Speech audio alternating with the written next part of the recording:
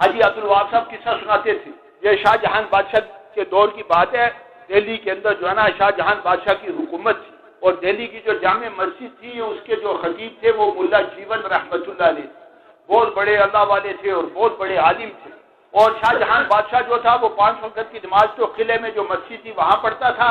اور جمعے کی نماز پڑھنے کے لیے جامع مسجد میں آتا تھا، اور ملا جیون کے پیچھے جو ہے جمعے کی نماز پڑھتا تھا۔ اس وقت دستور یہ تھا کہ جو بادشاہ تھا وہ بھی ریشم پہنتا تھا، اور اس کے جو ارکان دولت تھے، وزراء تھے، وہ بھی سارے کے سارے ریشم پہنتے تھے۔ اب ریشم پہننا تو مرد کے لیے حرام ہے،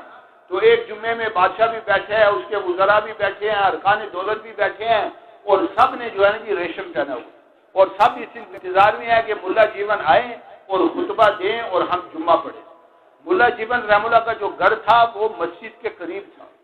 وہ مسجد کے اندر داخل ہوئے اور انہوں نے ممبر کے اوپر قدم رکھا۔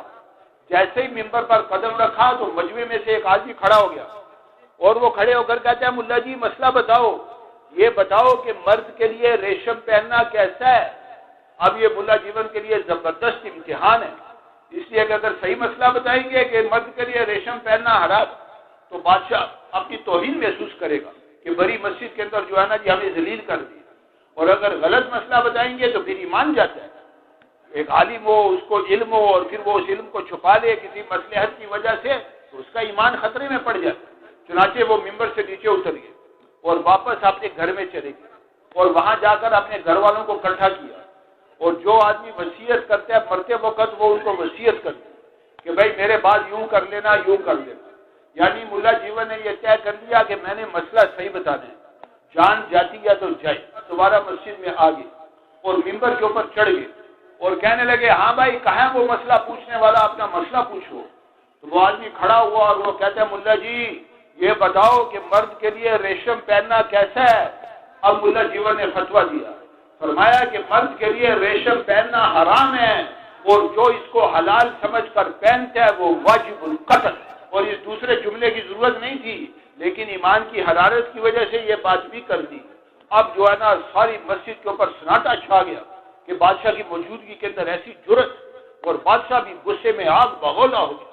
اب جمعے کی نماز کے بعد شاہ جہان بادشاہ سیدھا اپنے قلعے میں گیا، اور قلعے میں جا کر اس نے فوج کے ایک دستے کو بلایا اور ان سے کہا کہ جاؤ ملا جیون کو گرفتار کر کے لاؤ، اور میرے سامنے یہاں لا کر اس کو پھانسی پر چڑھا دو، اس نے بڑی مسجد کے اندر میری توہین کی ہے۔ اور باقی فوج کو دہلی شہر کے اندر پھیلا دیا کہ جب عوام کو پتا چلے گا کہ ملا جیون قتل ہو رہے ہیں تو کہیں بغاوت نہ ہو جائے۔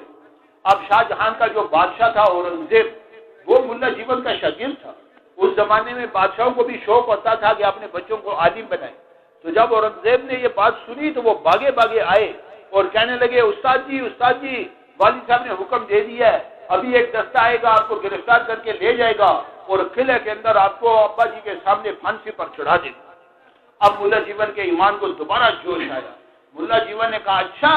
تیرا باپ جو ہے یہ اپنی فوج پر ناز کرتا ہے، لاؤ میرے ہتھیار لاؤ، میرے ہتھیار لاؤ۔ ایک خادم باغے باغے آیا، اس کے ہاتھ میں ایک لوٹا تھا اور ایک مسلح تھا۔ ملا جیون نے وضو کیا اور مسلح کے اوپر کھڑے ہو گئے اور اورنگزیب سے کہنے لگے آ جائے تیرا باپ، ابھی بددعا کر کے اس کی سلطنت کا صفایا کر دوں گا۔ اب اورنگزیب کو پہلے استاد جی کی فکر تھی، اب اس کو والد صاحب کی فکر لگ گئی۔ اب باغے باغے واپس گیا، ابا جان ملا جیون نے وضو کر لی ہے اور وہ مسلح کے اوپر کھڑے ہو گئے ہیں اور وہ کہہ رہے ہیں آ جائے تیرا باپ، ابھی بددعا کر کے اس کی سلطنت کا صفایا کر دوں گا۔ اب شاہ جہان بادشاہ کے اوپر ایسا روب طاری ہوا کہ نہ اس نے سر کے اوپر پگڑی رکھی اور نہ اس نے پاؤں میں جوتے پہنے، اور ننگے پاؤں بھاگے بھاگے آیا اور آ کر ملا جیون کے قدموں میں اپنا سر رکھ دیا اور کہنے لگا کہ حضرت معاف کر دیں، آئندہ ایسی گستاخی نہیں ہوگی۔ یہ سارا قصہ سنانے کے بعد حاجی عبد الوہاب صاحب رحمۃ اللہ پوچھتے تھے کہ بتاؤ شاہ جہان بادشاہ ملا جیون کے آگے کیوں جھکا؟ اور پھر حاجی صاحب خود ہی جواب دیتے تھے اس وجہ سے جھکا کہ جتنا شاہ جہان کو اپنی فوج کے اوپر یقین اور ناز تھا، اس سے زیادہ ملا جیون کو اپنی نماز اور دعا کے اوپر یقین اور ناز تھا۔ جب باطل والوں کا کوئی مسئلہ اٹکتا ہے تو جیسے وہ بھاگتے ہیں چیزوں کی طرف، وہ بھاگتے ہیں اسلحہ کی طرف، اس سے زیادہ ہم بھاگے نماز کی طرف اور دعا کی طرف۔ جتنے یقین کے ساتھ وہ مادے کو استعمال کرتے ہیں، اس سے زیادہ یقین کے ساتھ ہم اعمال کے اندر لگیں تو ہمارا جو پلہ ہے وہ بھاری ہو جائے گا۔